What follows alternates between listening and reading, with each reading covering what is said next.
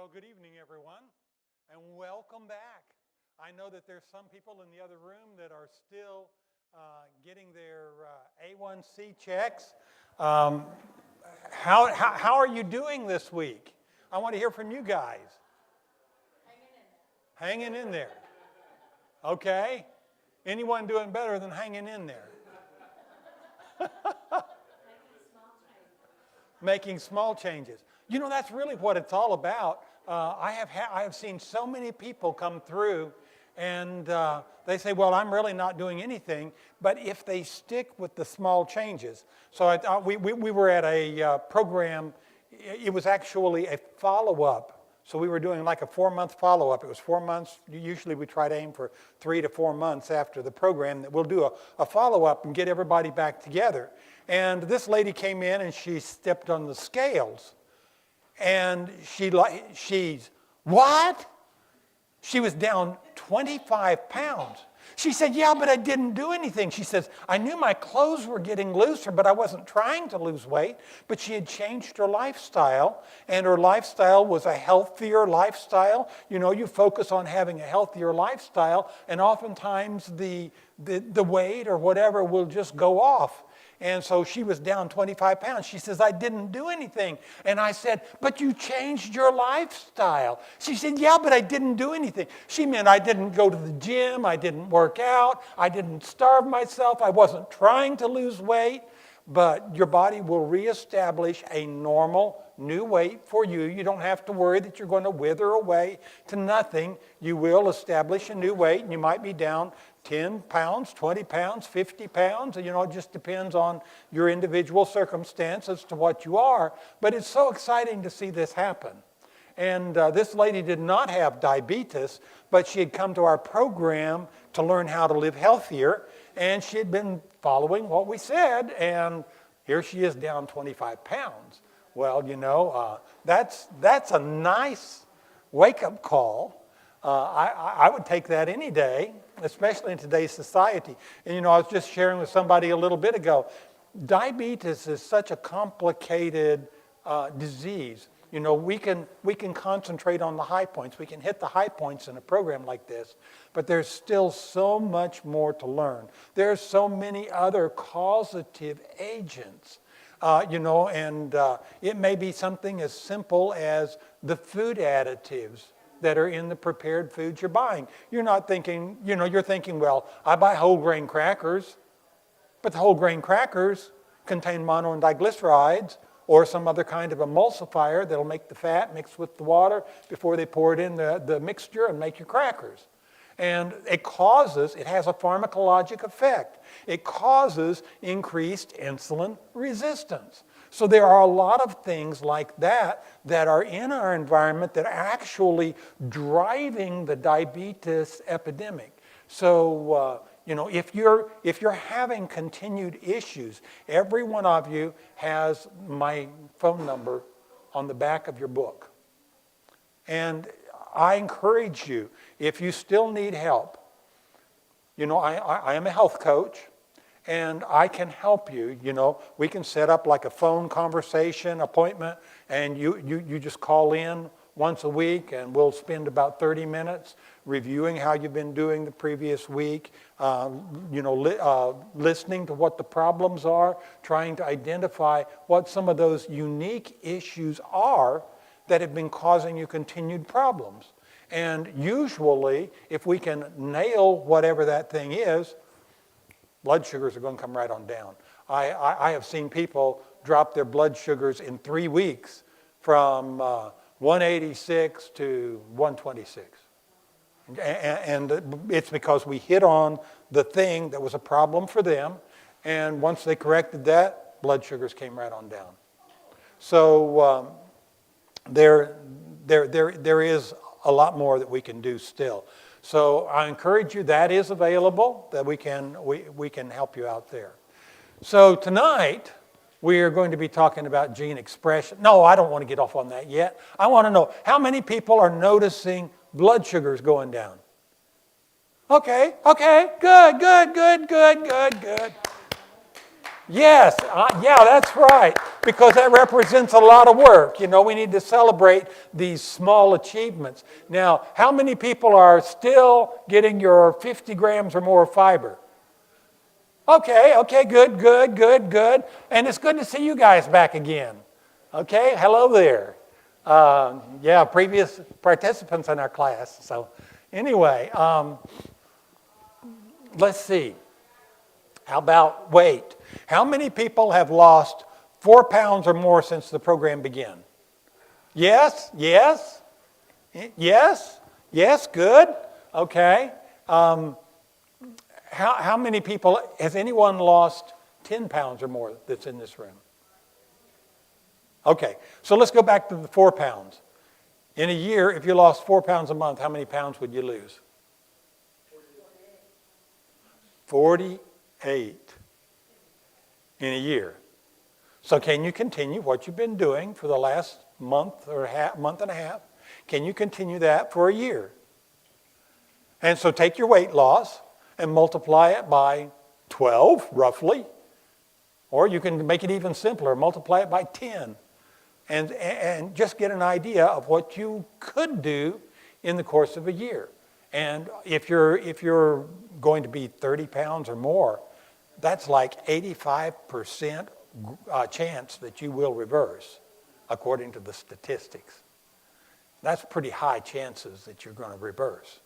So some people it'll require more than that, but hey, you know, let's take what we can take. So let's see.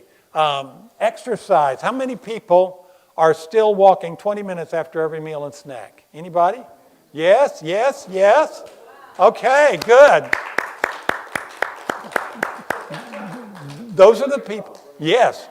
Those are the people, when they add the exercise to the dietary changes, those are the people that are usually the first to reverse. And oftentimes what we see happen is through changes in the dietary, you can get about an 80% reversal, but oftentimes people will not reverse all the way without adding the exercise component. John, I'm so glad to see you walk in right now. John just was sharing a story with me. John, share your story with everybody. What happened this week?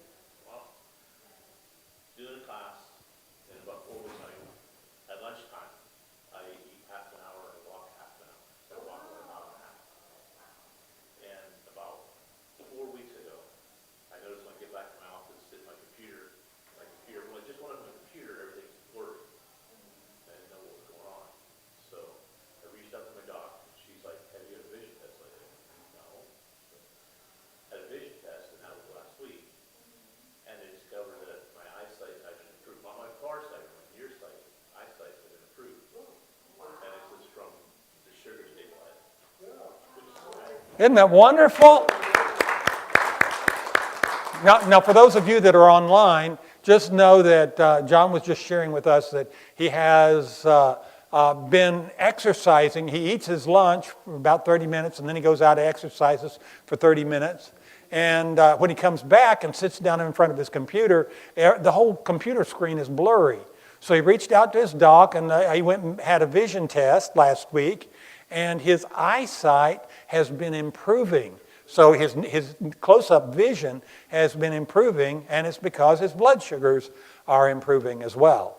So we have seen this happen in multiple individuals, and we tell people, we beg people, you know, if you have diabetes and the doc's talking laser surgery because of your retinopathy, please don't do the laser surgery until you try to reverse your diabetes, because retinopathy is reversible.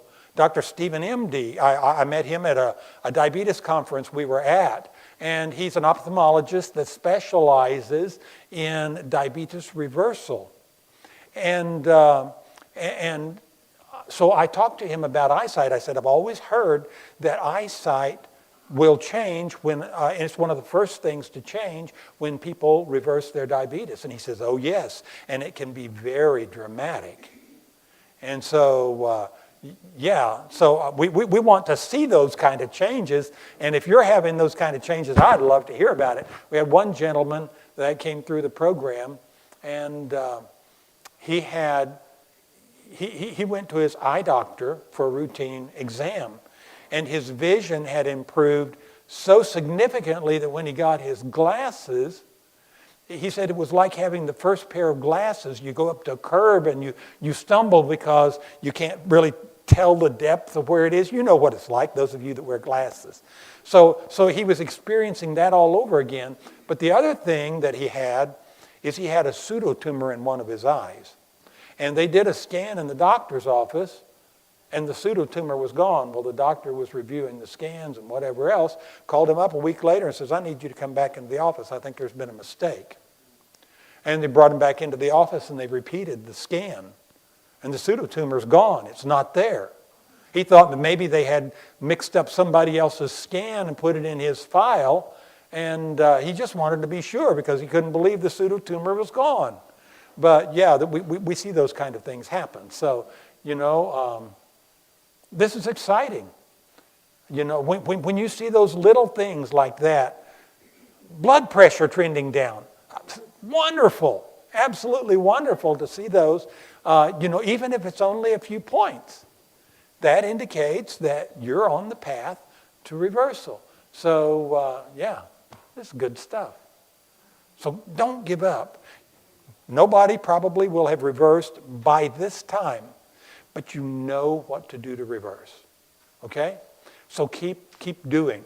And what the scientific studies show is if you reverse and you stay the reversal lifestyle for 2 years,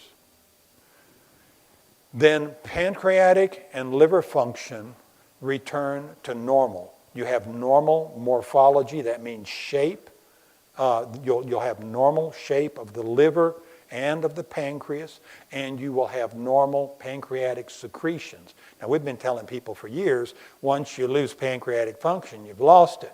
But the scientific studies indicate that no, you regain the pancreatic function.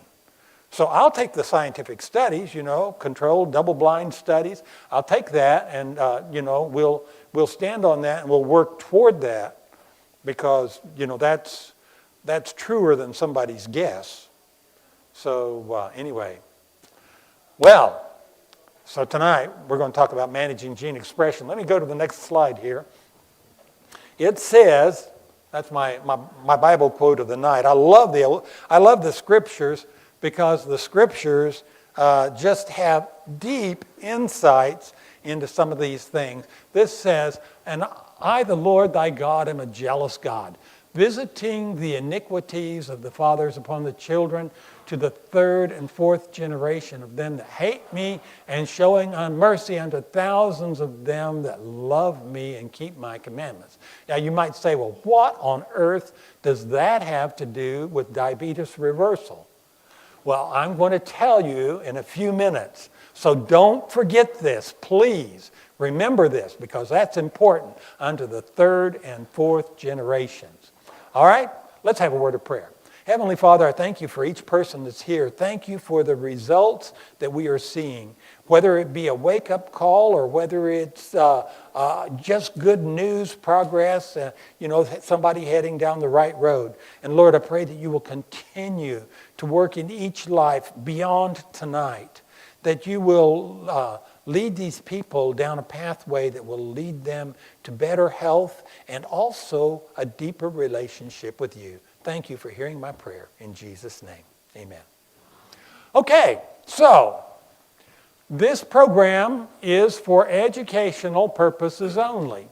And Karen is still drawing A1Cs back there. She likes to tell her own story because I sometimes tell little slants of it that she doesn't like. I might have my opportunity tonight. But remember, before I talk about her, that this is for educational purposes only. Don't do what we say unless you've cleared it with your doctor. And so, at the end of this program, you should be able to describe the symptoms of leptin resistance. Leptin is a hormone. We'll learn about that in a little bit.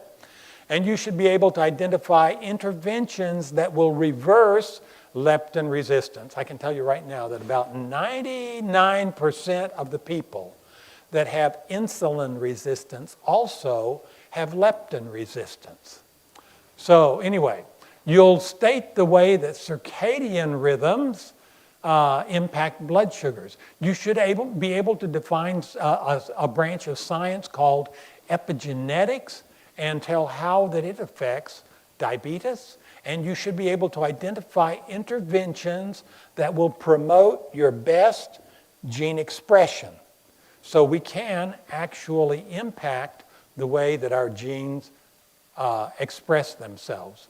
So this was Karen about 15 years ago now, just before we started this, our quest on diabetes reversal. Her triglycerides were almost 600. Her cholesterol was 263. Her insulin resistance was 15. Her weight was 200 pounds. And she was on metformin, and she was also taking thyroid medications. It's not uncommon at all for somebody that is insulin resistant and heading down the path to diabetes to develop thyroid problems. And as she started the program, a lot of things changed. She lost, her triglycerides came down to 149. The standard had been 150 or less, but when she got her results back to 149, she's like, yes, I finally made it. She was so excited that her triglycerides were down. Her mother was the same way. This was a genetic issue with her. And so anyway, there was a note on the lab report that said, we have reestablished a new normal for triglycerides. We think they should now be below 125. So she got just a little more work she needs to do in that arena. But her cholesterol also came down significantly. Her insulin resistance was 15. Now, insulin resistance is not a real common number that people use to gauge diabetes, but it should be 2 or less. If you get up to 4 or more, you're high risk for diabetes. If you're 8 or above, you probably have a diagnosis of diabetes. She had a diagnosis of pre-diabetes, and maybe because she was on her metformin, her insulin resistance, even though it was 15, she didn't have the full-blown diabetes diagnosis. And the doctor didn't tell her you're pre-diabetic. He said, you just need to be on metformin. You're overweight, you need to eat less fat, and you need to take metformin. So she did. Anyway. But now she's off of all medicines, including the thyroid medicine. She takes nothing, and she typically is in the 45 to 50 pound range of weight loss. If she starts creeping back up, she takes interventions to keep it down. And this has been 14 years now since we started on the reversal plan. Neither one of us have diabetes, but her health change was more dramatic than mine, and it's been an awesome thing. Let's talk about leptin resistance. Now, leptin is a master metabolic hormone. It was in the mid-1990s that science really began to focus in on it, and when the truth came out about it, they said, whoa, if we can only control this, we can make everybody lose weight, and they won't even have to try, and they won't even have to change their diet or anything. We'll just control the leptin. And so pharmacy companies spent millions and millions of dollars researching leptin, trying to come up with ways in which to alter your leptin resistance. And unfortunately, they weren't successful. So, what we learned that it is a master metabolic hormone. It controls what happens in your thyroid glands. It controls what happens with your sleep hormone, melatonin. It controls your sex drive. It controls your adrenal glands, your growth hormone, your insulin, what insulin does, and it controls your immune system. So when you develop insulin resistance, it can create problems in a lot of areas. It also regulates fat storage, and it controls hunger. So the brain receives the I'm full signal when leptin is secreted.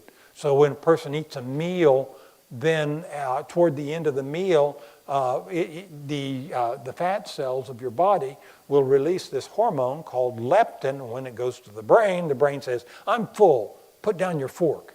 And so you lay your fork down and you walk away from the table and you feel satisfied. So that's the result of leptin being secreted.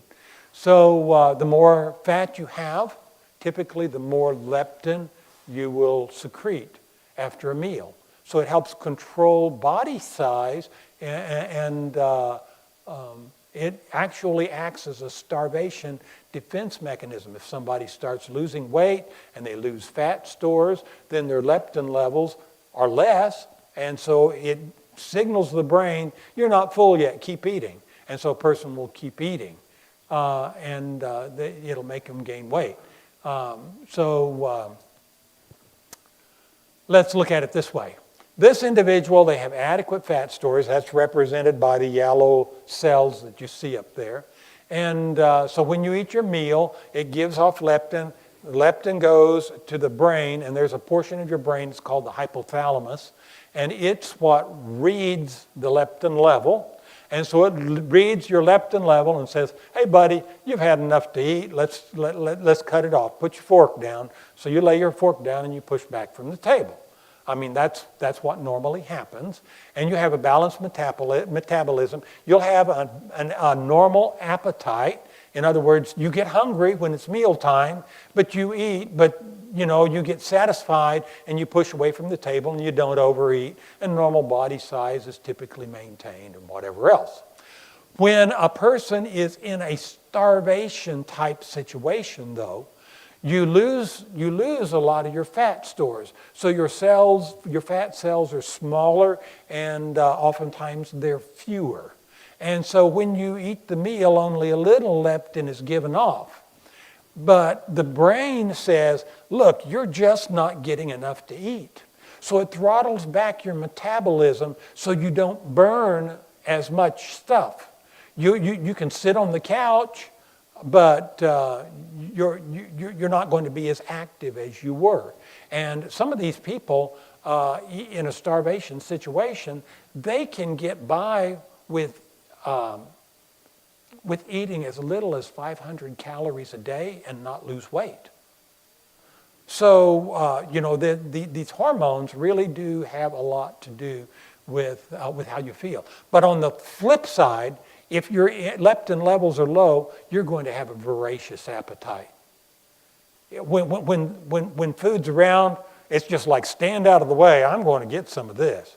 And you load up and you eat. So Karen's dad, raising these kids growing up, he never cooked. His mom did all the cooking when he was a kid growing up. When he got married, his wife did all the cooking. If ever he had to cook, what he did was took Campbell's tomato soup and he reconstituted it and heated it on the stove for the kids. And he made them peanut butter sandwiches to go with it. And that's what they ate any time that he had to cook. So, that's just the way it was. That's the only thing I ever remember him doing in the kitchen prior to this episode I'm getting ready to talk about is I saw him make a salad. He would go into the kitchen and help make a salad before a meal. But other than that, he didn't follow a recipe. He didn't know what it meant to saute. He didn't know what it meant to chop versus mince or anything. He didn't understand any of that terminology. That was lady stuff. It was in the books. He didn't worry himself with it at all. But we called him up one day and said, Dad, we got a 4-day weekend. We'd love to come see you. And he said, well, it's not really a good time for me. Let's do it some other time. So he said, well, that's an unusual response from your dad, but okay. So we waited. We're both nurses, and we have weekend duty, and it's not that often that you both get off a 4-day weekend that you can go 5 or 6 hours to see Dad. So we were living in North Carolina, and he was living here in Middle Tennessee. So about 6 or 8 weeks later, we had another 4-day weekend. We called up Dad, and we said, we got another 4-day weekend coming up. We'd love to come see you. And he said, really, I'd rather you wouldn't. And I started saying, Karen, what's going on with your dad? Why doesn't he want us to come see him? Something is going on. Anyway, we got a call from Karen's brother one day. Dad's fallen and broken his leg. He's in the hospital. He looks like he should be in a coffin. He's lost weight. He only weighs 141 pounds. He's a man as tall as I am, and he weighed 180 pounds normally. So here he has lost 40 pounds. And we said, what is going on with Dad? Well, it turns out, came to light that his wife had developed Alzheimer's.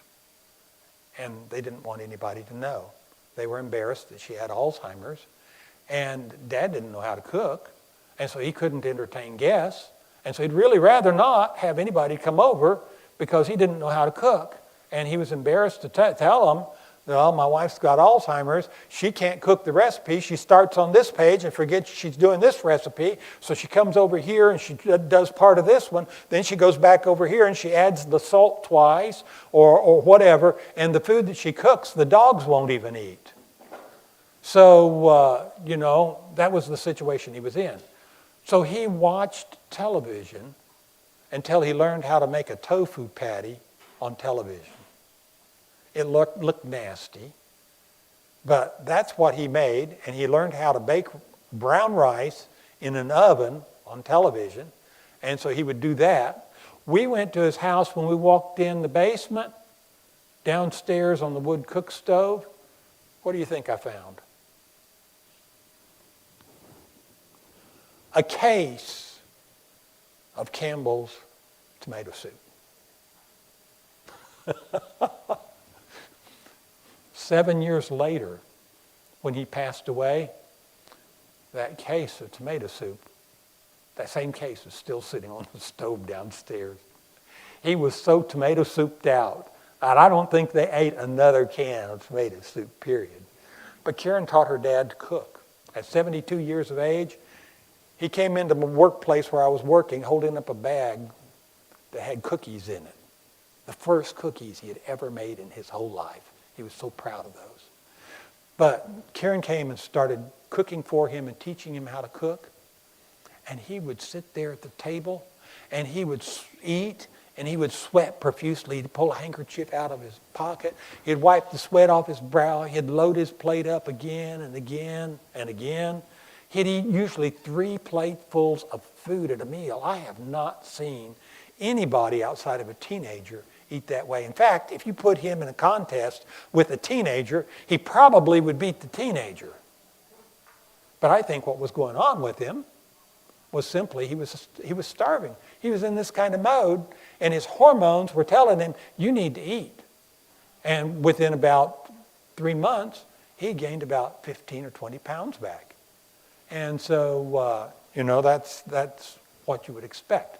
What about leptin resistance? In the case of leptin resistance, it's like there's a blockade at the base of the brain. So you eat a meal and your leptin levels rise, but the brain can't recognize that the leptin levels are rising. And that blockade is caused because of elevated triglycerides.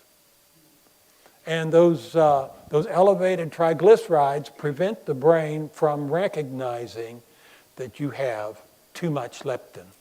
And so it interprets it as Steve's hungry. Steve's not getting enough to eat. Steve, eat more. And so it slows your metabolism down and it gives you a voracious appetite. You're hungry all the time. You just can't seem to get over it. All you want to do is eat, eat, eat, eat. Have you ever felt that way? You get up from the meal and you're going through the kitchen and you're opening cabinet doors and you're looking for something else to eat. You've eaten a good meal. Your head knowledge says, yeah, I've had plenty of food, but I'm not satisfied. And so you go to the refrigerator and you pull out the ice cream, or you go to the cabinet and you pull out your stash of M&Ms. And, you know, there's something that you'll find, you know, mixed nuts, even though they're healthy, they're high in fat. You know, so you're going to pull this stuff out and you're going to be eating. So Karen had an issue with this, and I didn't know it for years. But she knew where every McDonald's was between where we lived and Chattanooga. And she would go shopping, and to go shopping, you have to go off the mountain because there's nothing in Grundy County to shop worth shopping for. So you always go off the mountain, we say. And so she would stop in Mont Eagle at the McDonald's there. She would drive down off the mountain. She'd hit the McDonald's in Kimball. And she'd go on to St. Elmo and hit the McDonald's in St. Elmo. And then she'd go on to Chattanooga. She's going from McDonald's to McDonald's, and she's buying soft-serve ice cream. Every McDonald's, she's getting another soft-serve ice cream. And she's thinking, what am I doing? I don't want to be doing this, but she was just driven. I've got to eat. And so, and she had heard that they were low fat. You know, McDonald's soft serve ice cream is low fat, so therefore, you know, it can't be that bad for me. And anyway. So, what causes leptin resistance? Well, it's amazing. It's excessive calorie consumption. It's insulin surges, like what happens after a meal when your blood sugar spikes and your insulin spikes. Those insulin spikes cause leptin resistance. Alcohol consumption. For some people, that's not a problem. Other people, it's a big problem. Overeating. Artificial sweeteners. This is one of the reasons why we have gotten to the place where we say we don't recommend any artificial sweeteners. None. Okay? Elevated triglycerides. Karen's were almost 600. Snacking. Eating late at night. Or inadequate time between meals. Now there's a gentleman out there. His name is Byron Richards. And he was the world's leading leptin researcher. He passed away recently, but his videos are still online. So if you want to get on and read about leptin resistance and the leptin diet, it's worth looking up his lectures. B-Y-R-O-N, Byron Richards. And you can still find them on YouTube. So go to YouTube and just search for Byron Richards leptin resistance or leptin diet. And that will bring it up. There's 3 of them on there. They're about 15 minutes apiece. So it's great listening. One of the things that he says is if you can control your leptin resistance,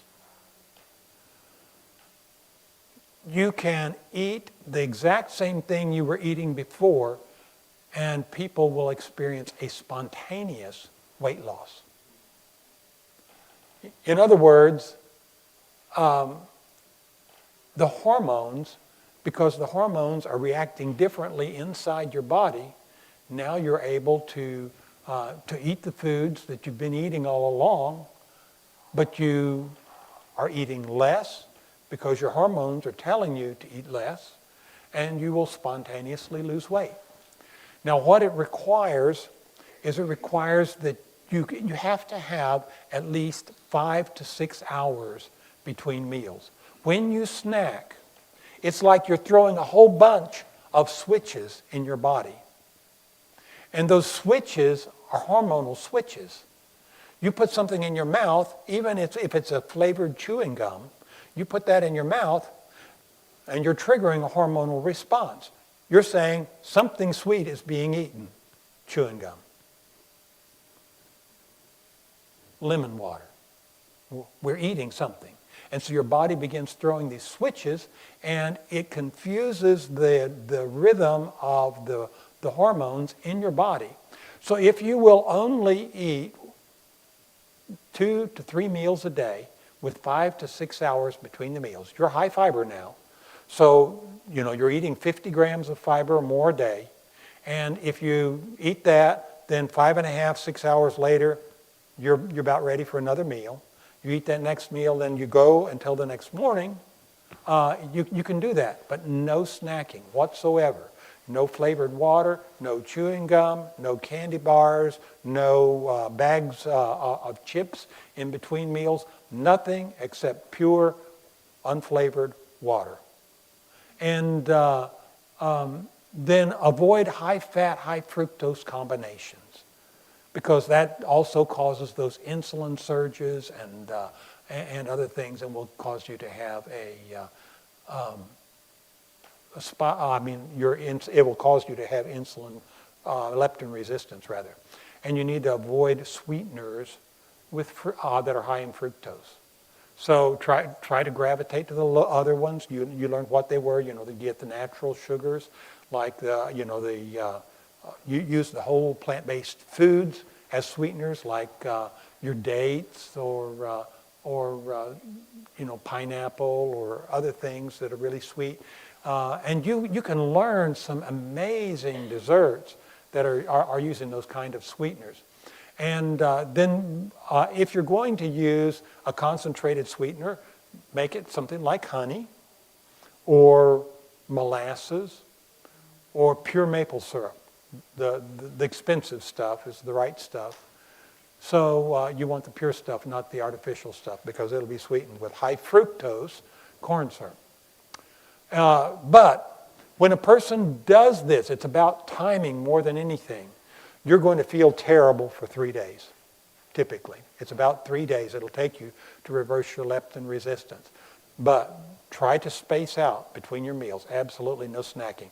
Karen decided that she was going to do this once she learned this. We were driving in the car, and I oftentimes study and do a lot of my research when we're driving in the car. She gets motion sick. I can be driving a normal speed down the freeway, and we go over a bump or I hit a pothole, and she's ready to throw up.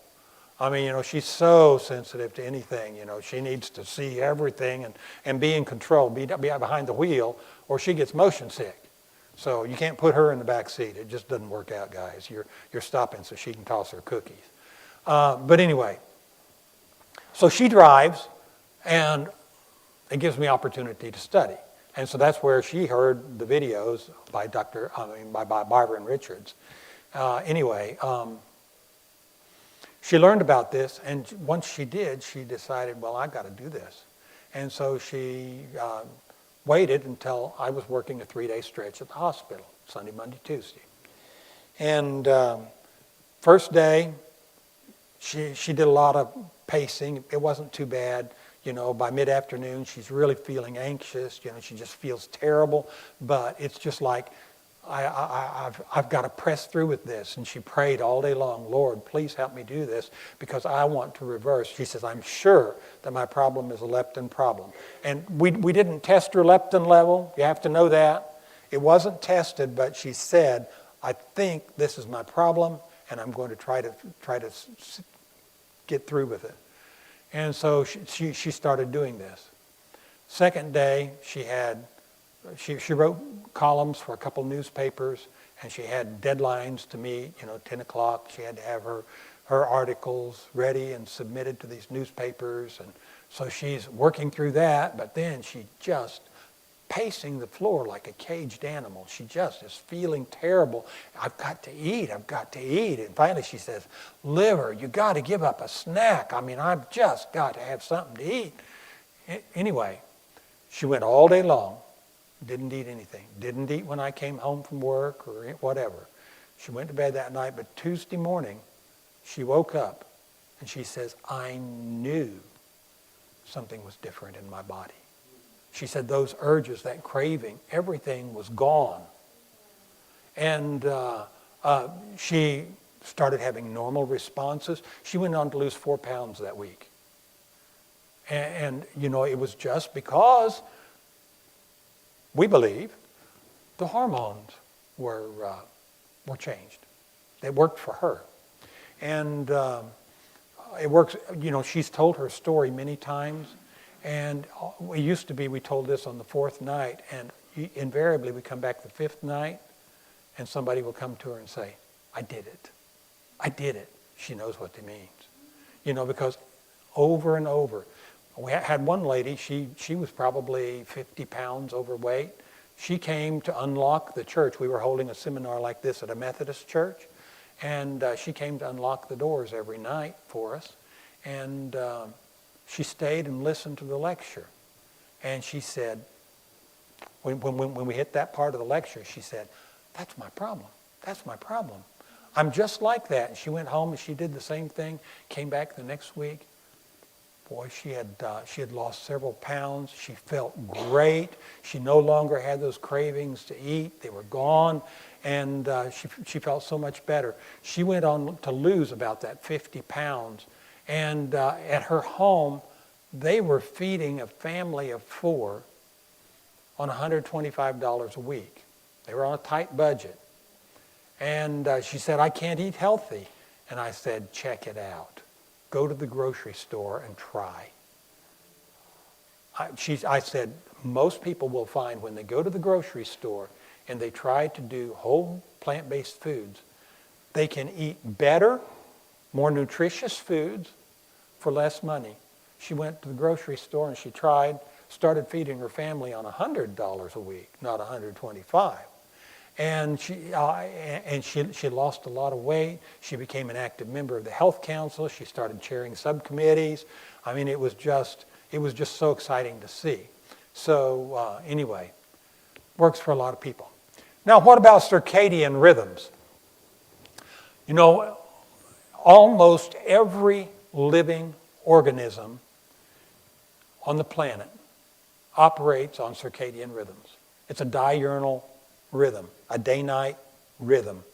So we as people, we are up and we're active during the day, but when it gets dark at night, what do? Well, you typically get sleepy and you go to bed and you sleep most of the night, right? The deer have it the other way around. They sleep most of the day, but they get up and they play all night and munch on people's lawns and bushes and all kinds of stuff. Anyway, but plants, even plants, will operate on a diurnal type system. So when we look at human physiology and the circadian rhythm as it relates to diabetes, we find that there's a real strong thing there. We look at eating breakfast versus a supper meal. You can eat exactly the same food for breakfast that you eat for supper. If you eat it for breakfast, you will have lower blood sugar, and your whole way of processing those sugars will be more efficient, more effective. You will have less carbohydrate problems from eating carbohydrates at breakfast. You eat the same meal just before you go to bed, and you go to bed, your sugars are going to be higher. Your 24-hour sugars, your basal sugar rate's going to be higher. So there is a real difference here. Taking medicines, the absorption of medicines can vary during the time of day. A lot of doctors will put people on blood pressure medications, say, take this every morning with your breakfast. Well, that may be fine and good, but if you're having trouble controlling your blood pressure, take it at bedtime. Take it once a day, but take it at bedtime. You'll have much better blood pressure control if you take your medicines at bedtime than you do if you take them at breakfast. And some doctors know that, and they'll prescribe it. But it's pretty much the convention that most of them prescribe it in the morning. But distribution, metabolism, elimination, all those things typically happen at about the same time every day, You'll see those kind of things. So circadian rhythms that are associated with diabetes, if you eat late, you'll have decreased resting energy expenditure, and you have decreased glucose tolerance. You can't tolerate your glucose when you're eating late at night. So if you happen to be a person that goes home and eats your big meal late in the evening. Change it up. Start eating it for breakfast. You say, well, I can't. Well, of course you can't. If you're eating a big meal late at night, you can't eat in the morning when you get up. But if you change things up a little bit and you don't eat the big meal at night, start there, don't eat at night, get up in the morning and try. Now, if you're like me, you can get switched around, and you get where you get out of bed in the morning and you're ready to eat the wallpaper off the walls on the way to the kitchen. It's breakfast time. Let's eat. Well, I didn't have supper last night. So I'm ready to eat, So anyway, yeah, that'll change up. And so people that skip breakfast have impaired fasting lipids. That means the fat in your blood, your triglycerides will be elevated. You'll have decreased insulin sensitivity. That means your diabetes gets worse if you skip breakfast. It improves if you eat breakfast. So start eating breakfast if you're not. If you skip breakfast, you'll tend to gain weight. Take, for instance, sumo wrestlers. Those real big guys that get in the ring. You've seen them do it on TV, haven't you? How many meals a day do you think they eat? It's one. But what do they do as soon as they're done with the meal? They go to bed. They eat a big meal and they go to bed. And so they store it as fat. It's the hormonal response. Take for instance, young people, teenagers. They can eat a whole pizza every day at 4 p.m. and not gain an ounce. Why? Because they stay up all night? Well, maybe that has a little bit to do with it. But no, it's probably their hormones. So scientists ask the question, why is it that people are gaining weight?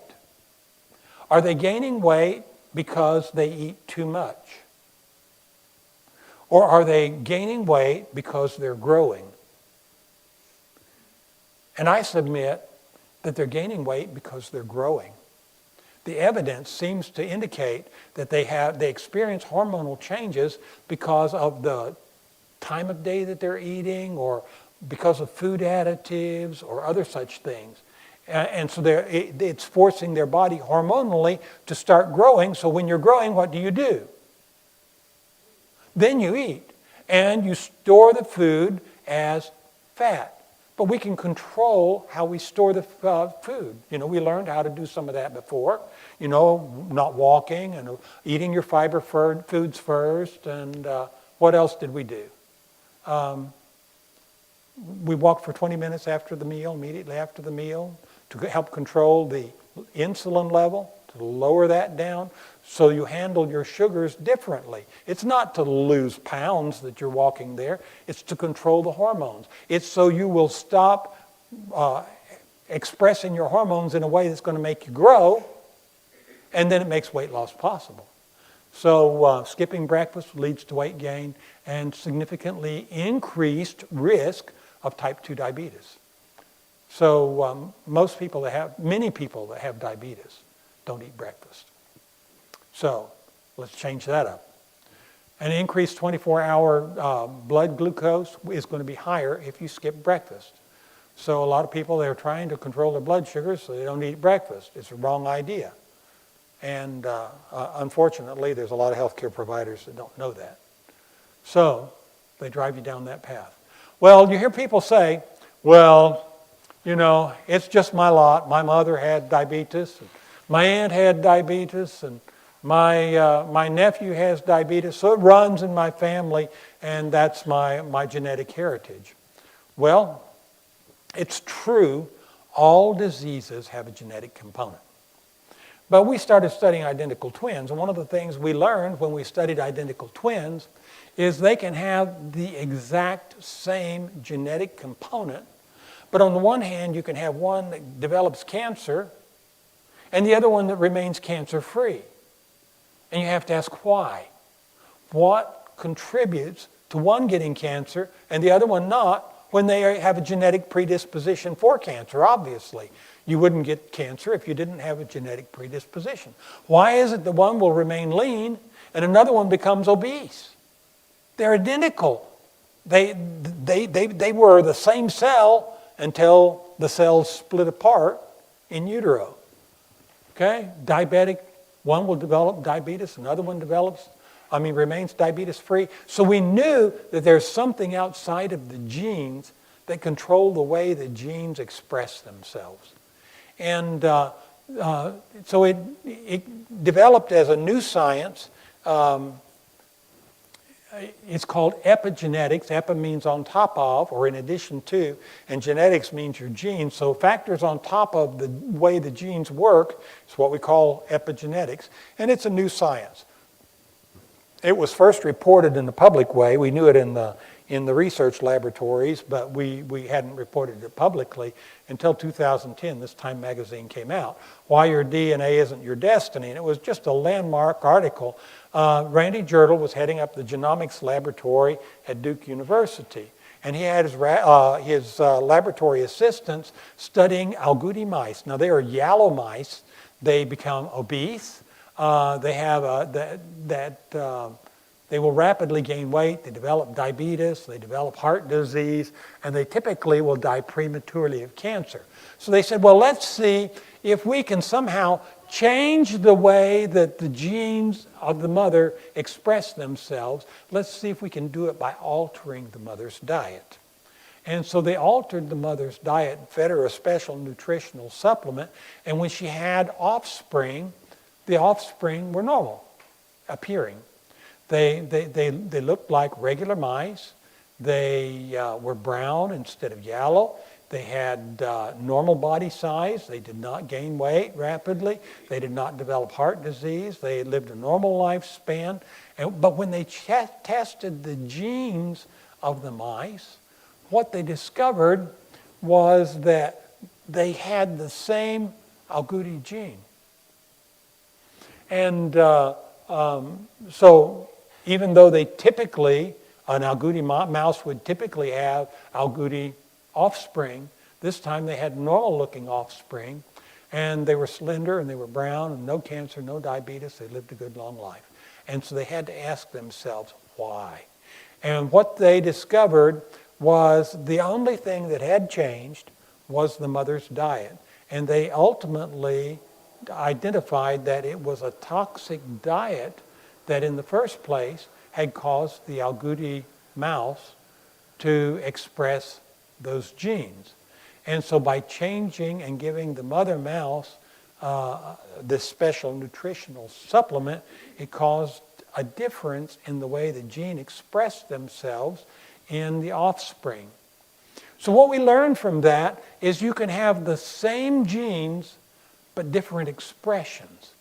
Now, that information just lit a fire under our drug companies.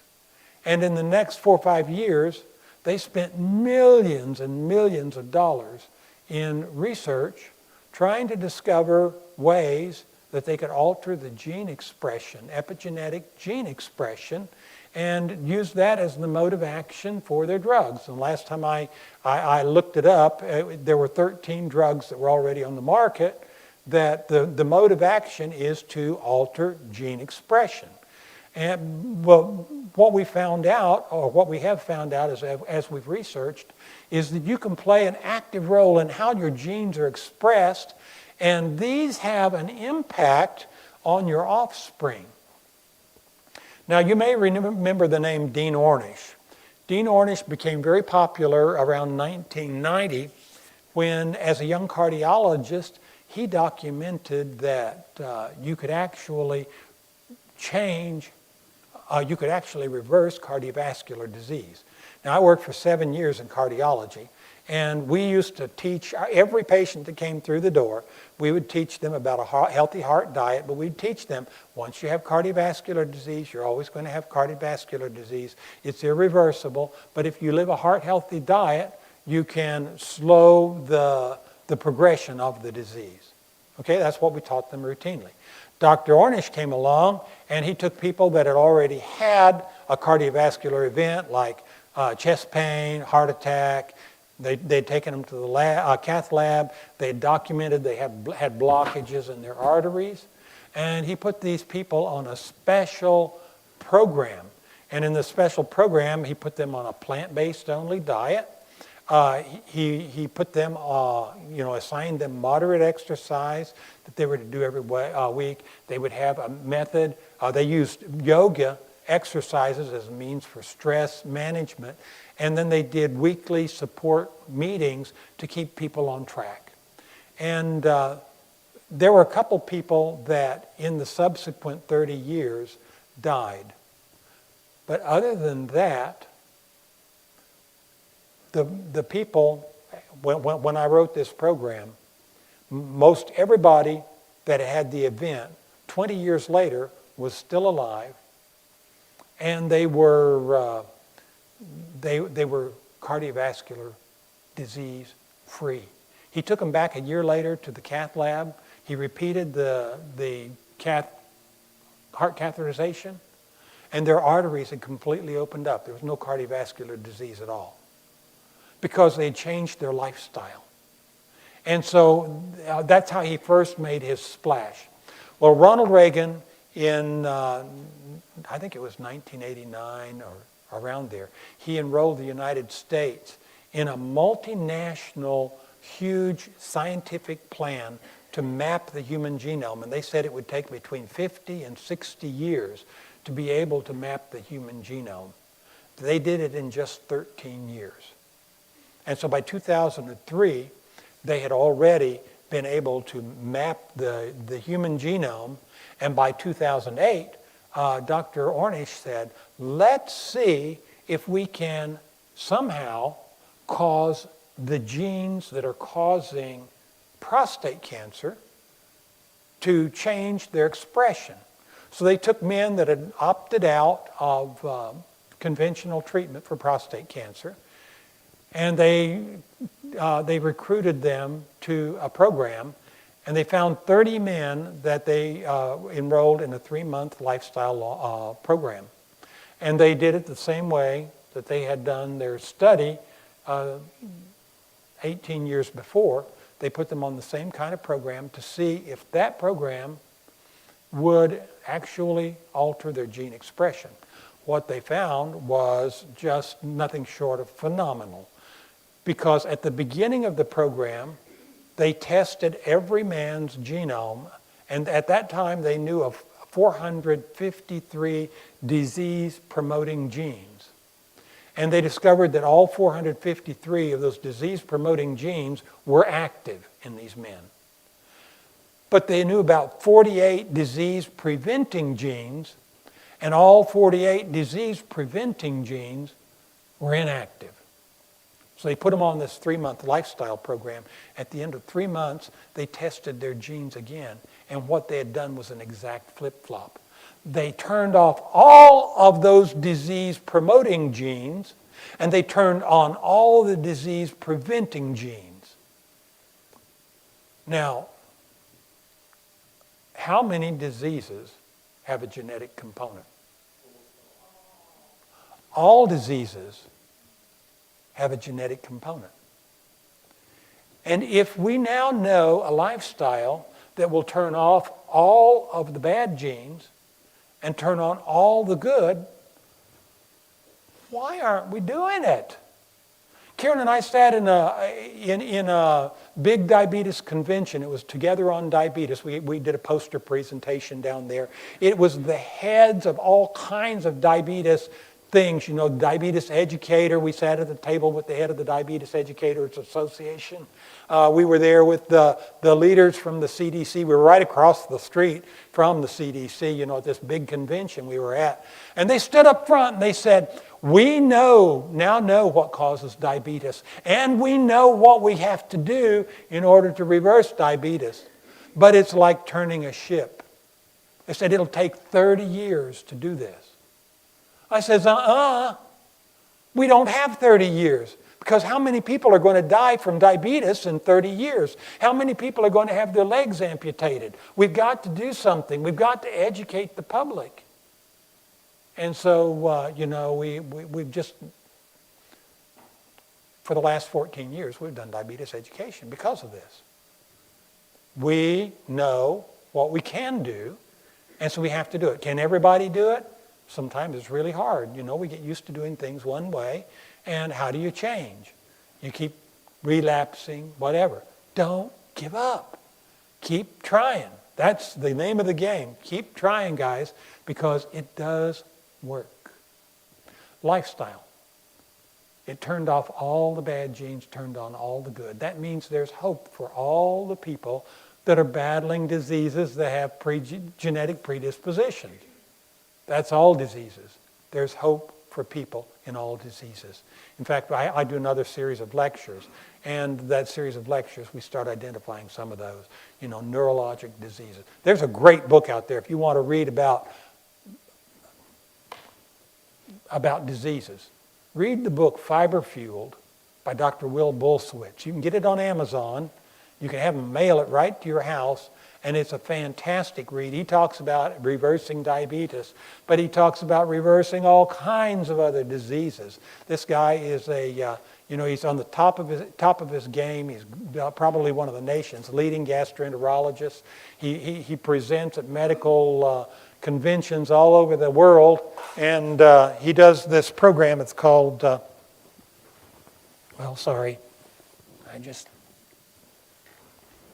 But the book is called Fiber Fueled. And it's very well worth your time. Dr. Will Bulsiewicz. That's Bulsiewicz.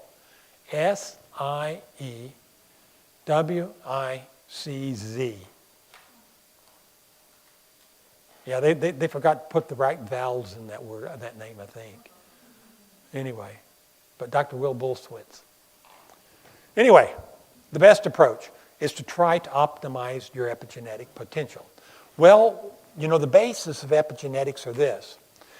You modify, epigenetic changes will modify the gene expression, but it does not change the DNA sequence. You get your DNA sequence from your mother and your father at conception, and you live with that the rest of your life. But how the gene expresses itself, you can change, and it occurs in one organism's lifetime, but those changes can be passed on when the cell divides. So every 7 years we completely replace every cell in our body. You have the potential for completely changing out how your genes are expressed as those cells redivide. And if you're of childbearing age, you can occasionally pass these changes on to your children. And that is, we know now that epigenetic changes have been passed on to the third and sometimes the fourth generation. Now, do you remember that verse I was reading? Visiting the iniquities of the fathers upon the children unto the third and fourth generation of them that hate me, but showing mercy unto thousands of them that love me and keep my commandments. So God says it's in your genome. If you do bad stuff, you will pass the bad stuff on to your kids for the third and fourth generation. You have an epigenetic memory.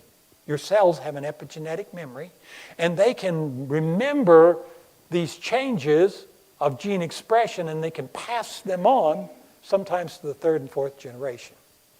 So, anyway, how does that happen? Well, this was prepared by the National Institutes of Health. I love this graph because it shows one of the chromosomes over there, and if you were to unwind the chromosome, you would find this double helix strand of DNA. And sometimes there's an epigenetic factor that comes on, and you can see that over here on this side. And sometimes the DNA strand will get wrapped around a protein that we call a histone. And when it gets wrapped around the histone, they'll just clump together real tightly. And you'll notice right here is a gene. It's not expressible. It's inaccessible because it's so tightly wound around those proteins. But if you have an epigenetic factor that comes along and attaches itself to one of these histone tails, it'll cause that to unwind, and now the DNA strand is accessible. And for years, I didn't know anything that would provide the epigenetic factors to us. But now I do. There are several things, but the one I really remember right now that really struck home is broccoli. My shoulders sag. My wife loves broccoli. Fortunately, she loves me too. So when she serves broccoli, she will cook other things. But if I'm not at home, she'll go into the kitchen and she might cook a whole skillet full of broccoli just for herself, and that's the meal. Poor thing. She feels so privileged to sit down to a whole meal of broccoli, and I feel so sorry for her. Now, don't get me wrong. I like broccoli, but 3 or 4 pieces is plenty for a meal. And then I'd like to wait a week before we do it again. You know, I like broccoli, but not a lot of it. I just, anyway. But broccoli contains epigenetic factors. It's really good for me. So I really ought to eat it more often. And in fact, if you walk into my greenhouse right now, you'll probably find about 80 broccoli plants, and they're knee-high right now, and each one of them is about this big around. And they look so healthy and so good. So anyway, can hardly wait for them to start bearing. But there's cauliflower, and there's Brussels sprouts, and there's cabbages too. So anyway, good stuff. Now, where was I? I lost my pointer. Oh yeah, I wanted to tell you about methyl groups. Methyl groups is the other thing that will make lots of changes. And what happens, you'll have a methyl group, it'll come along and it'll attach itself to the outside of the DNA strand. And when the DNA strand replicates, oftentimes it will just replicate a methyl group right there on it. And so it doesn't change the DNA sequence at all, but it changes the way that it expresses itself. And every time a gene is methylized, it causes a good expression. And if the methyl groups are missing, it causes a bad expression. So where can you get good methyl groups? And the answer lies in the colorful pigments of your fruits and vegetables. The pigment color, the pinks, the reds, the oranges, the blues, the violet. Did I miss any? Yellows. All those contain methyl groups. And so for that reason, they're very healing, but it helps change your epigenetic expression. So as you're planning your meals, plan a meal where you have every color of the rainbow present. They look good. The family loves to eat them. They'll scarf them up because it has great eye appeal. But if you are missing a color and you're planning your next meal, figure out how to get it in the next meal. Eat every color of the rainbow every day. The reason we do that is because it helps change our genetic expression. And as you repeat that for trillions and billions of times, billions and trillions of times, in your cells, then your overall expression comes out different. So Dr. Charlotte Ling from Lund University is the head of the genomics laboratory there. And she, within just a few years of learning about this, they had identified over 800 genes that impacted diabetes. Now, that's a lot of genes. What's the chance that in the American gene pool that you don't have some of the genes that cause diabetes? What's the chance? With 800 genes out there, the chance is pretty slim that you don't have a gene that's going to help cause diabetes. What's the chance that you would have all of the genes that cause diabetes? That, again, is very slim. Okay? So what we want to do, since everybody is probably predisposed at least to some degree or another, of getting diabetes, we need to optimize our epigenetic potential. And what they found out is the very best way to do it, the number one thing, up and above everything else, is changing your diet. That's one of the reasons why we made dietary change for a diabetes reversal program. We made it so paramount. It just has to happen. That's the thing that's going to give you the best result. The number two thing, exercise. And then below that are other lifestyle changes. So avoid stepping out in front of moving freight trains and things like that. You know, that's not good for your health. You might want to limit your skydiving episodes and things like that. You know, let's do things that promote health. Get adequate sleep, rest, fresh air, sunshine, all those things that we talked about last week. So anyway, I had a dream, and my dream was to put on one little credit card size laminated card everything that a person would need to do to reverse their diabetes. Well, guys, I got it down to one page, but I didn't manage to get it down into the credit card size because you just can't read it. It's too small. So, but you do have that reversal strategy in your book. I would like you to really review that on a fairly regular basis, just to be sure that you're not leaving something out, because all of these things can work synergistically. The more of these you incorporate into your reversal plan, the more likely you are to be successful with doing it. Now, the number 2 down there, avoid inflammatory foods. We've roundabout talked about this, but we really haven't addressed it squarely. Harvard University identified several food groups that caused inflammation. And we actually worked those into your food choice list, the one that has the red and green arrow on the side, so that you wouldn't have to really spend your time with this. But they said processed meats were the most inflammatory food group. Those should be eliminated. Then you have what? What's the next one? Refined grains. What are those? Okay, that'll be anything that's made with white flour. Okay, so try to use whole grain flours if you can possibly do so. Some people say, well, I don't like I don't like my biscuits made with whole wheat flour. Well, try, for instance, white whole wheat. There's an albino wheat. Oftentimes it's more of a seasonal product, but you can usually find it like on the top shelf near where the flowers are. Look for the white whole wheat. It's an albino wheat they grow, and it contains the germ. It contains the bran of the wheat. It will be a little coarser than the white flour is, but it won't have the strong flavor that your regular whole wheat has. So Karen makes the biscuits out of it. I hardly know that biscuits are a whole grain biscuit when she does that. So anyway, third thing are sweets. So the candies, cakes, pies, etc. Those things that we love so much. But they cause inflammation. And then added fats.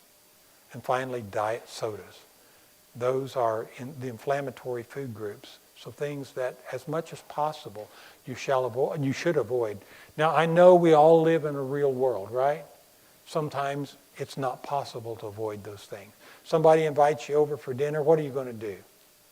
Hopefully, you'll sit down to the dinner and you'll be gracious about it, and you don't embarrass the hostess and say, well, I can't eat this or I can't eat that. It's what you do at home makes the biggest difference. So, get religious at home. When you're out in groups, maybe be a little more relaxed. If you have opportunity, like at a potluck or, a cafeteria or whatever, a restaurant where you can order, try to make your best choices there. But let's not be so sterile that yes, okay? I allow myself a dessert a week. Sometimes I cheat on the one a week, but one dessert a week. I usually call it, if I'm eating a potluck meal or something like that where I'm out, then I try to make that the one, and then I try not to do it. But I do have a candy jar at home. My candy jar has Snickers in it, and it has peppermint patties. So if you come to my home, you'll find some. How many do I eat? How long does it take me to eat a bag of little trial-size Snickers? Probably 6 to 8 months. But unless the grandkids come that know it's there and that you chomp. They help me eat it, but it still takes about 6 or 8 months. Sometimes, they're starting to taste a little on the stale side before I get them eaten up. So that's how much I eat. It's not very much, guys. So anyway, but every now and then I do indulge. But again, it's been 14 years since I reversed my diabetes. Or my pre-diabetes, I should say. But I was squarely pre-diabetic. And anyway, not anymore. And I don't plan on going back. Now, let's talk about this. The diabetes, something has changed in our society that changed how diabetes progressed. In the year 1900, we used to have 2 people with type 2 diabetes for every 1,000 in the population. Today, we have about 110. And by the year 2050, we are going to have 240 if we continue going the way that we're going right now.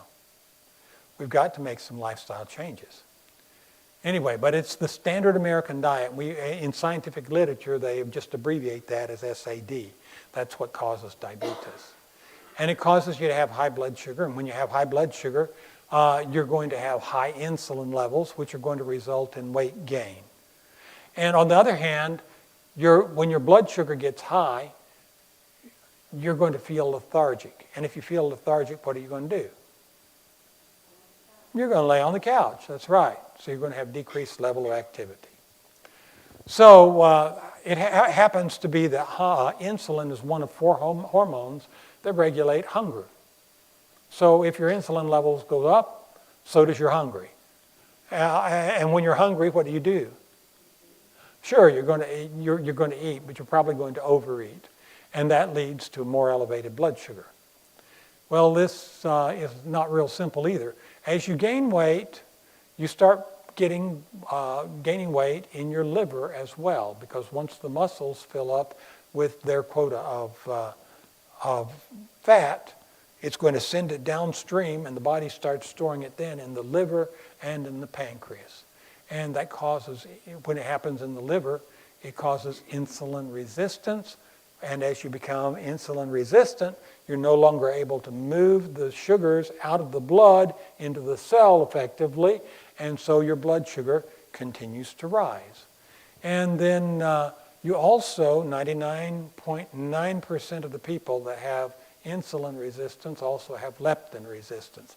Leptin is another hormone that controls hunger. So if it further drives hunger, that's going to also cause more overeating, and you're going to have higher blood sugar. But on the flip side, it's going to slow your metabolism. When it slows your metabolism, then the energy that you eat for food is now going to weight gain. And so you store that additional stuff as weight instead of using it for energy. And of course, as you gain more weight, that leads to pancreatic fat going up. And as the pancreatic fat goes up, the saturated fats in the pancreas will cause beta cell death. It first starts by causing the cells to go into retirement. And they may sit there alive for about 10 years, but eventually they're going to just die off. They'll sit, it's just like they go on the rocking chair on the front porch. They sit there and rock. They don't do their work. They don't do what they're supposed to do. If you, through lifestyle, make the blood sugar go down, then that stimulates those cells to go back to work. But that doesn't happen as you're getting, as your beta cells die off, you produce less insulin in the pancreas, and your doctor can actually test that, and he'll start you on insulin supplements. As you gain weight, the fat cells in the body get to a tipping point where we say they become metabolically active. Now, fat cells typically are a repository for excess energy. But we have learned recently that the fat cells actually compose the largest endocrine gland in the body. And they have a lot of hormones that they can and will give off, especially when you develop oxidative stress. They will tip over and they become metabolically active. And they start secreting hormones that we call cytokines. And these cytokines are inflammatory molecules that kill off the cells of the body. And so they start killing the cells of the body, which leads to inflammation and oxidative stress. And that inflammation causes you to have elevated levels of cortisol. And when your cortisol levels go up, what happens? What happens when you go in and the doctor puts you on a prednisone dose pack? Anyone know? What happens to your blood sugar? Yes, your blood sugar goes very high, but this will happen naturally in your body when your fat cells become metabolically active. So, that leads to the inflammation, that leads to elevated cortisol levels and other such. And so that causes increased blood sugars, which causes this whole thing just to go crazy. And the other thing the standard American diet does, on the flip side, is it is low in fiber. And so it causes bad bacteria to grow, which cause increased insulin resistance and make this whole thing worse, and that feeds back. So it's a very complicated bio mechanism here that we're dealing with. So what are we going to do on it? How do you reverse diabetes? Well, let's look at that again. First thing we've got to do, we've got to change the diet. The standard American diet, we need something else. And so we've taught you what something else is. It is a whole food, plant-based diet. The most therapeutic diet that we can put you on would be a whole food, plant-based diet where you're eating every color of the rainbow every day. It's one that's high in nutrition and it's high in fiber. And so the first thing that that's going to do is going to start giving you a lower blood sugar. It typically is poorer, it's less calories, high nutrient, but it's less calories. And it's higher in water, so also gives you less calories. So that is going to cause you to reestablish a normal blood sugar. Well, that's going to cause your insulin level to go down. And as the insulin level goes down, there's a number of things that begin to happen. First of all, it's going to stop fueling the weight gain. And so it'll make weight loss possible. The other thing it does is your lethargy that you've been feeling, because you now have normal insulin levels and your normal blood sugar, you're not going to feel like you're lethargic anymore. And on the flip side, your hunger is going to decrease. So you take those two things away and other things start happening. If you feel like you have plenty of energy, what are you going to do? Are you going to lay on the couch? No, somebody said move. Yes, you're going to get up and move. You're going to get up and do something. And that's what we find out happens to these people with diabetes. They say, well, I've started having more energy. Well, yes, you are, because you've changed some important things here. And so you're going to get up off the couch, and because you have more energy, now your activity level goes up, which helps with the weight gain as well. And so now you stop gaining weight, and in fact, it makes weight loss possible. Well, when that happens, you no longer are leptin resistant. One of the best things you can do is start losing weight, and the leptin resistance will go away. When you become leptin sensitive, gradually your metabolism will go back up to a normal level. Now you're burning your energy instead of storing it. So that helps. And because your leptin levels are no longer feeding hunger, hunger goes away.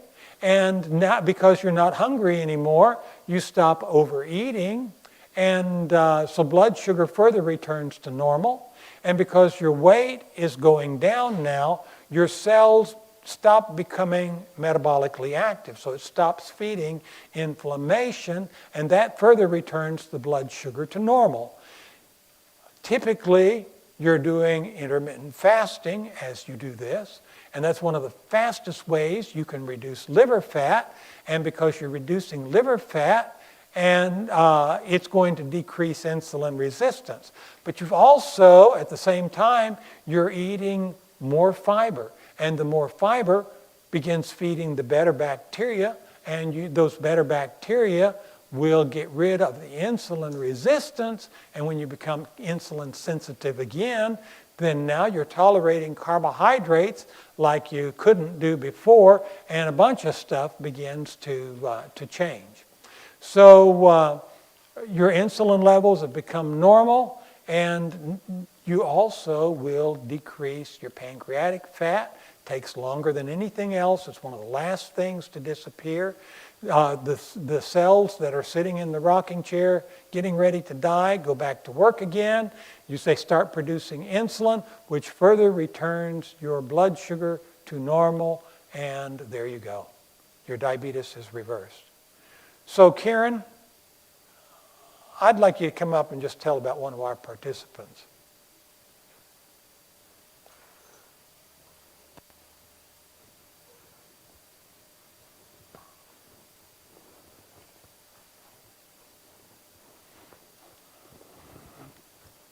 We did a seminar. This was actually in Georgia. We had a really great group there. And we had a table up here at the front where we had a group. And the last night when he was telling the story, one of the ladies there at the table started crying. And we had no idea what was going on. But, the tears just poured.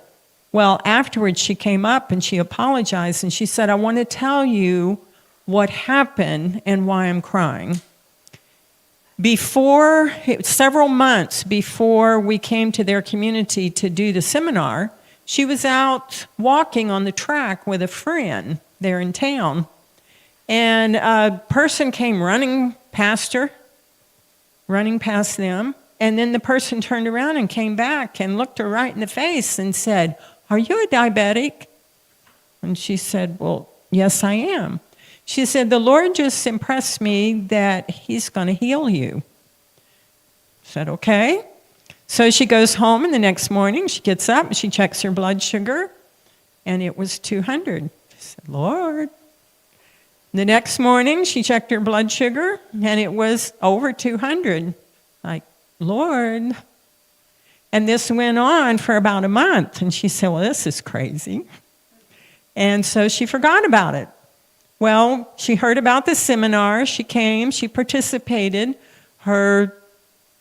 Everything started improving. Her blood pressure is coming down. Her weight's coming down.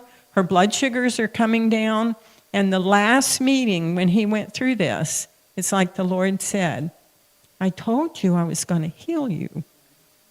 But the Lord heals us when we come in alignment with the things he wants us to do. So she was eating better, she was walking, she was getting out in the sunshine, she was in the fresh air more.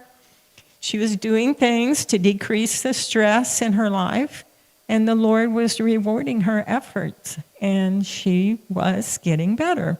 So I don't know the end of the story. I hope that she continued to do and improve and that she is healed. But hopefully when the Lord comes, we'll get to meet her and we'll know. Thank you. It's time to weigh in. You can experience stroke. You can have neuropathy. You can look forward to amputations. You can have kidney disease. You can have eye problems and heart disease. Or you can have increased health, increased energy and vitality. You can live a longer life. You can have decreased blood sugar. You can have decreased blood pressure. But the choice is largely up to you. What do you want to do? So, like I said, probably no one has reversed their diabetes yet in this group, but that doesn't mean you won't. There will be people in this group that probably do. Just stick with it. That's the name of the game. That is the name of the game. Keep trying. Keep reviewing. You know how to do it. You know about SMART goals. Now, what I'd like you to do tonight, we're going to break up into our coaching sessions in just a few moments. And as you do that, well, I'm going there first, and then we'll come back. I want you to identify behaviors that indicate you may be leptin resistant. You've learned a little bit about that. You know, is that possibly one of the issues that's going on with you? You know, you can have your doctor test you if you want, or you can just jump in and do what needs to be done. You know, do the timing. It's all about timing. And you can turn that around in as little as 2 to 3 days. 2 to 3 days. And I want you to review lifestyle interventions you will adopt to reverse or prevent leptin resistance if you feel like you're somebody that may have that problem. And I want you to plan goals for the next 4 months this time. You know, you've been doing weight loss, you've been talking about fiber, you've been talking about, you know, you're looking at new recipes, and there's just been all kinds of stuff, sleep and water consumption and things like that. Are there areas still where you can improve? And set realistic goals for yourself. You know, I will do this, you know, this next period of time, or, you know, so for the next 4 months. And we're planning on having a follow-up program here. And we usually meet about, once every 3 months or so? No, we've been doing once a month, but we're going to skip the holidays. The holiday, and we have the fall, Debbie, the holiday dinner that we do, the 3rd annual plant-based holiday banquet and health talk. That is going to be on a Sunday, November 16th at 2:30 in the afternoon. And so we'll have a meal, we'll have a talk. I presume we're having a meal. We're doing the meal, yes. Thank you. Anyway, everybody's invited to come to that. We're going to skip December, though, and we will meet again in January. Do you have the date on that, Debbie? Oh, okay. Oh, probably right here? Okay. No, that's something different. Okay. So there's some other things on here. If you're interested, just put a check mark, and please print your name, and then I'll remind you. Okay. And invite others. There's more flyers if you want. And what date is this? Sunday, November 16th. Sunday, No, November? the January program. January 20. January 20. Okay. 6 o'clock, Tuesday. Okay, so January 20. Oh, don't miss that date. That's my sister's birthday. I don't think we'll go off and celebrate though, so. Okay. No, but it'll be a good date. Okay, then I want you to plan what you're going to do if you get off track. Now, somebody somewhere along the way is going to get off track. But if you don't plan for success, you plan to fail, right? Okay, so make a plan of what you're going to do if you get off track. If I get off track, if I start gaining weight, or if I stop eating the fiber, what am I going to do? And anyway, and then partner with somebody who can help keep you accountable. The health coach that sits at your table is very happy to have you contact them. You have my number on the back of the book. Like I said, I'll be happy to give individual coaching to anybody here that feels like they need it. If you feel like you're at an impasse and you need some one-on-one, get you directed, I'll be happy to help you with that. Then review the reversal strategy and identify areas that you need to work on. If there's some area that you think you could tweak a little bit to improve what you're doing at home, get at it. And then just sort of say, okay, every week on the anniversary of our, on Tuesday evenings for the next 4 months, I'm going to sit down. I'm going to sit down on Thursday evenings and I'm going to Tuesday evenings. I'm going to sit down on Tuesday evenings and I'm going to review the reversal strategy, and I'm going to see how I did this week. I'm just going to evaluate myself and see what I can do to stay on track. And I would love this to be the first group where more than 50% of all the participants in the group reversed. We've had a class it was a class of about 50 people that were going to that class, almost 50 people. And they did exceptionally well. Probably 25% of them completely reversed when we came back for our follow-up, and then another 25% had significantly improved their numbers. I'd like to see that happen right here. So, but it's all up to you guys. I have to leave you with it. I wanted to leave you with this thought here before we go to our drawing. It says, "The prayer of faith shall save the sick, and the Lord shall raise him up, and if he hath committed sins, they shall be forgiven him." What a promise. So, pray in faith, asking God for two things. One, to heal you. Number two, to forgive your sins. And if he heals you, you know your sins are forgiven. How much better can that be? So anyway, so it's been such a pleasure having each one of you here. I love you guys. I hope you stay in touch. And it just gives me a warm feeling to feel like, to hear the progress reports. John, keep them coming. In the back of your booklet, the very last page, there is an evaluation form. Way, way, way in the back. Rip it out of your book, fill it out, and leave it for us, okay? And if you need another copy, anyone that's been here before that's already torn it out and turned it in, we can make a copy. Do you need one, Lisa? Okay.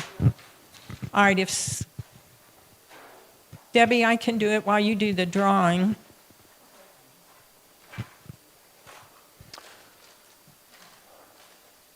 Okay. All right, let's go ahead with the drawing then. See what you can win today. She's got some cookbooks up here. The Full Plate Diet is a great book. It helps you with fiber.